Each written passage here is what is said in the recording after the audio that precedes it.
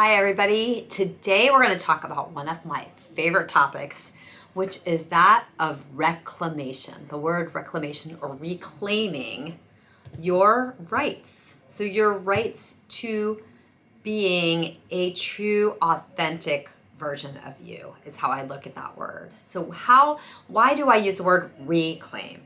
Because I believe that we are all born with the innate right to be the highest version, most empowered, healthiest, vibrant versions of ourselves.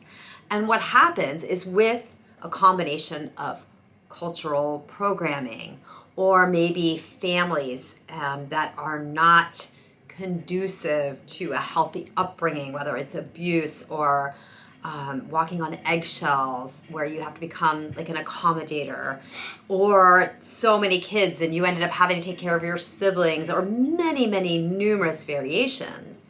But what happens many times is we come in, and actually I would say in most of us, right? Almost everyone. We come in, we have this birthright, and it is either quickly or slowly chipped away so that we become more of almost like we're acting outside of ourselves. So we're either defining our worth from other people. So again, it could be a lot of times it could be through your career that you're defining your worth is only dependent if you're successful in your career. Or it could be if you help people, whether it's as a healer or you help people by cheering them up and being a good friend, or you define yourself as a parent. And all these roles, like what we're taught even in school and then as a parent, and all these different roles that we play, get us out of that true, innate, authentic being that we're supposed to have. So when I talk about reclaiming, I'm talking about how do we get that back. So no matter what has been going on in your lifetime, whatever's been going on now, whatever has been going on, last night, how can you get back to that state of pure potential, self-love, and authenticity? And so I break it into, I think, 3 main steps are a good way to look at the framework of reclamation. And the first one is simply awareness. So you're listening to this video, which is amazing. And I like to talk about the veil. You'll hear people talking about the veil, right? So we tend to be running around almost like we have a veil over our eyes. Or in Harry Potter, with Dumbledore looking into the water, or Alice in Wonderland in the mirror, or the Matrix. Are we living in a reality that's real, or is it one that is either fabricated by our own thoughts, or is it something that's coming because of, again, cultural conditioning, where we have been put into a place where we're acting a certain way, and let's say we almost become our children because we just spend our entire life trying to make sure that they have a better life than we had. Things like that, where you don't even see it. You're in a day in and day out survival, doing things the way you were taught to do them. So maybe your own parents' programming, cultural programming. And then all of a sudden you get a little peek into what it looks like in reality. And I think many of us can remember when things like that have happened, where all of a sudden it was like, wait, I did that? Wait, I allowed that? Why? And that brings in one of my other favorite quotes of all time, which is, find yourself fascinating. So as the veil gets lifted, as you start seeing things where it's like, maybe it's a friend, and you start realizing, wow, this person only calls me when he or she is in a complete spiral, and I always stop what I'm doing. Or maybe it's like I wanted to go on a trip for a conference to learn. This was about 9 or 10 years ago. And I remember thinking to myself, oh, I can't go. I've got too much to do at work, or the kids, or he needs me, that one needs me. And I was able to override my loops, buy the ticket, just walk out and tell the family, hey guys, I'm going to San Francisco. And it was wild because nobody cared. So sometimes the very issue is actually just you. So we can be manipulated, programmed, controlled by, again, people, cultural expectations, roles that we're playing. But the worst part of the veil comes in when you're doing it to yourself. And you may not even notice it. So what my suggestion for that, because this can come in as your mindset where you may be somebody who had a rough childhood, so that victim type frequency comes very easily. And I see a lot of times I'll see in my patients, anything could go on the planet or in their day-to-day life, and they flip so easily into that dark victim energy they don't even catch themselves doing it. One time I had a patient who was always in a good mood when she came to see me, and that particular visit had a hysterectomy. And she came in for her yearly, and literally all she did was complain. The anesthesiologist was terrible. They couldn't get my stick, and then this person, and the nursing, and the this, and the food was terrible. And she was so lost in her victimhood that she lost the chance to connect.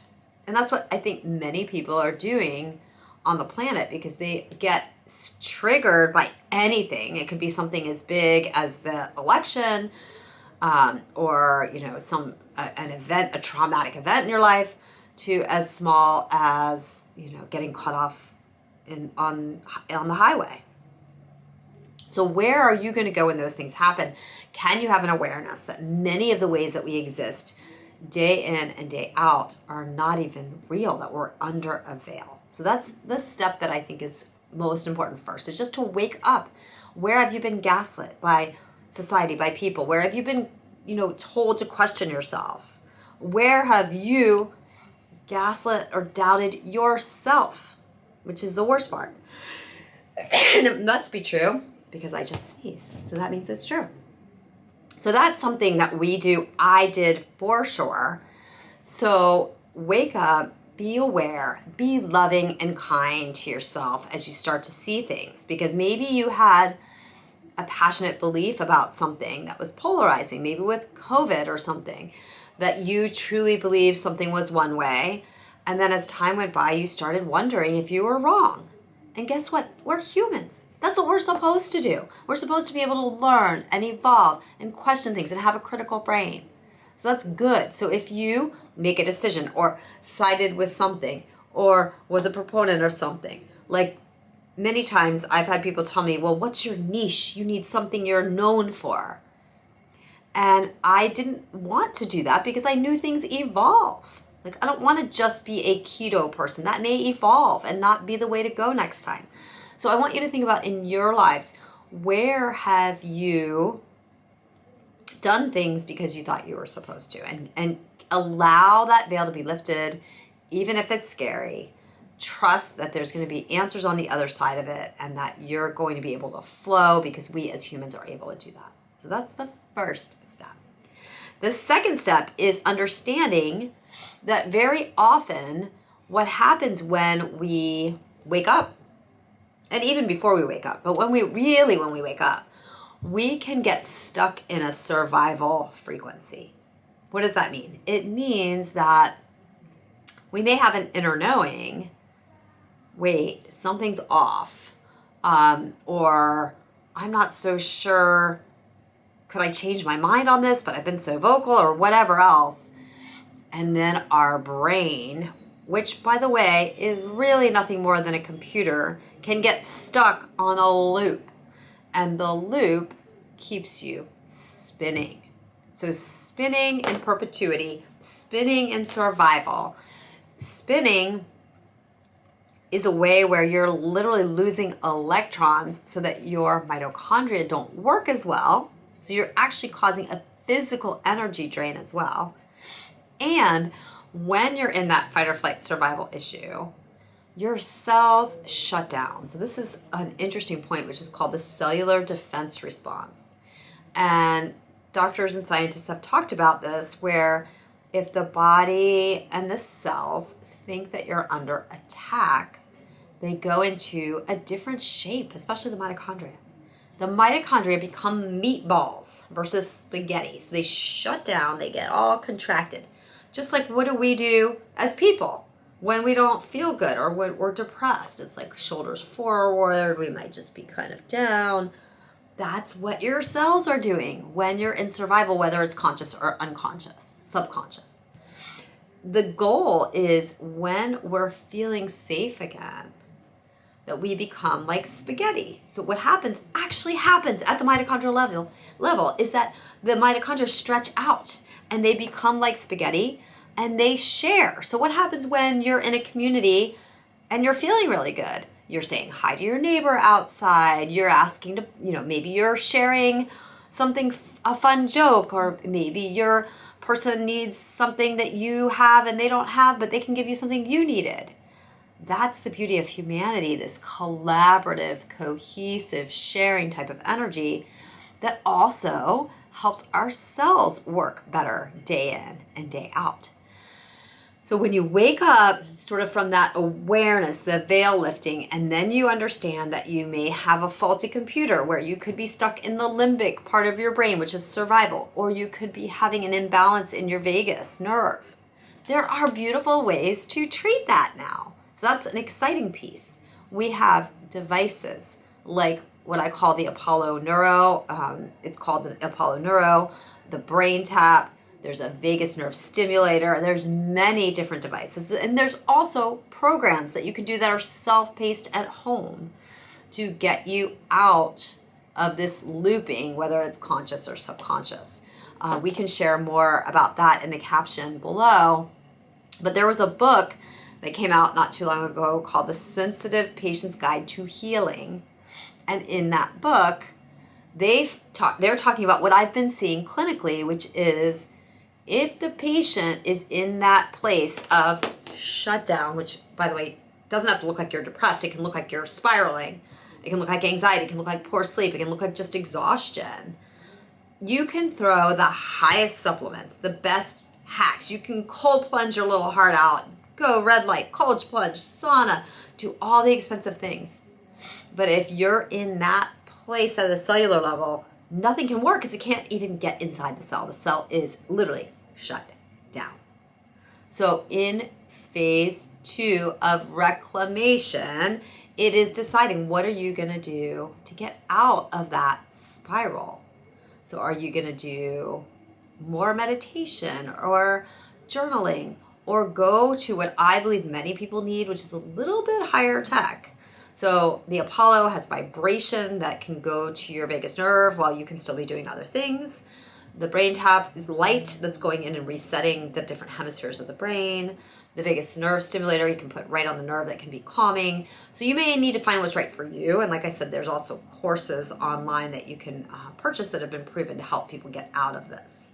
So be aware that it may take a little extra work, and sometimes this can take up to 6 months. Like this is a lifetime of programming that you're trying to break. So be patient.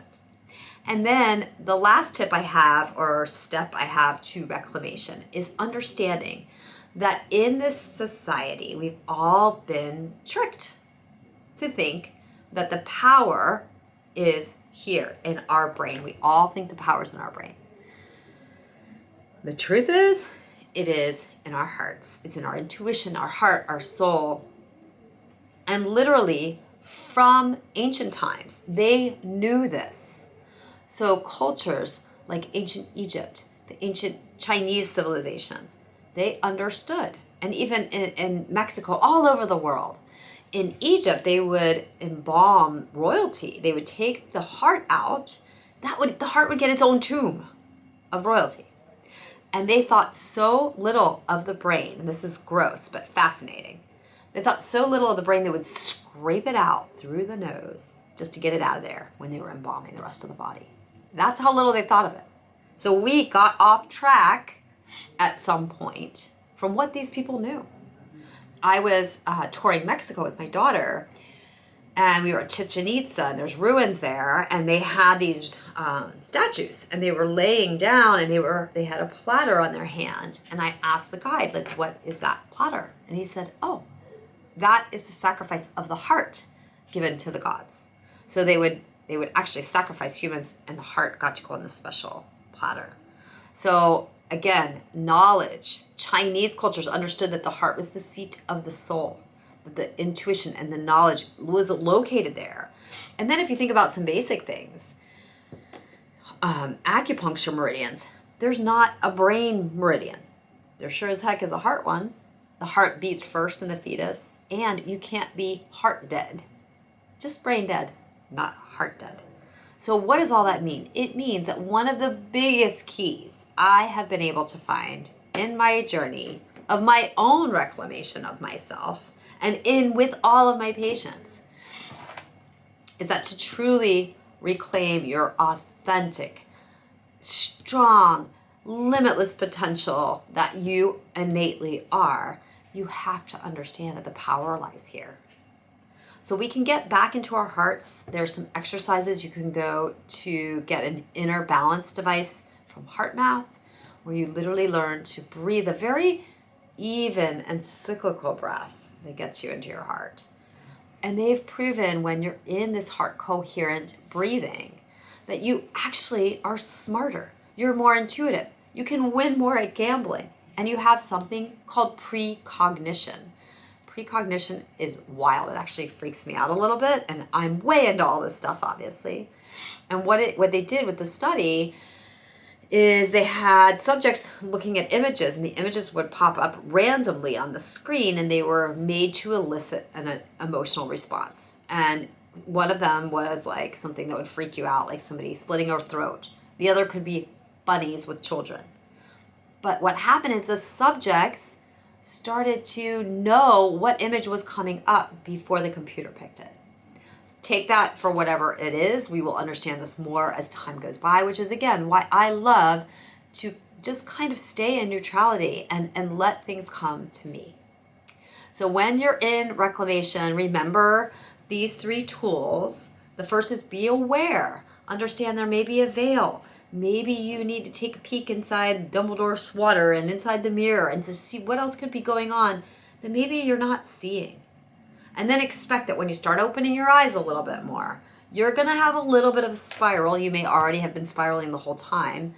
That survival mode can be handled. There's new tools to be able to get the brain sort of out of the way, get it calmed down, to get it to work in sync with our hearts. And then finally, learn the power of that heart coherence, where when everything is working together, you're going to get your true power back, your true sovereignty, and you're going to be reclaiming your crown. And I'll just close the video. I talk about this a lot now, but the human heart was actually named. So the coronary arteries, the coronary heart disease, you're going to go have a coronary. That word, coronary, which is heart, was named because people, when they were developing the English language, looked at the human heart and they saw the base of it and they saw all the vessels coming off the top and they thought it looked like a crown. So corona, crown, the heart itself is showing us every single day that it is the one wearing a crown. So go reclaim yours, reclaim your crown, reclaim your sovereignty, get started. It doesn't matter if you're just starting to realize that maybe there is a veil, or if you've been deep in your work. God bless you. It is a journey. We all know that. We are here to help, and I'm proud of every one of you for wherever you are on this journey.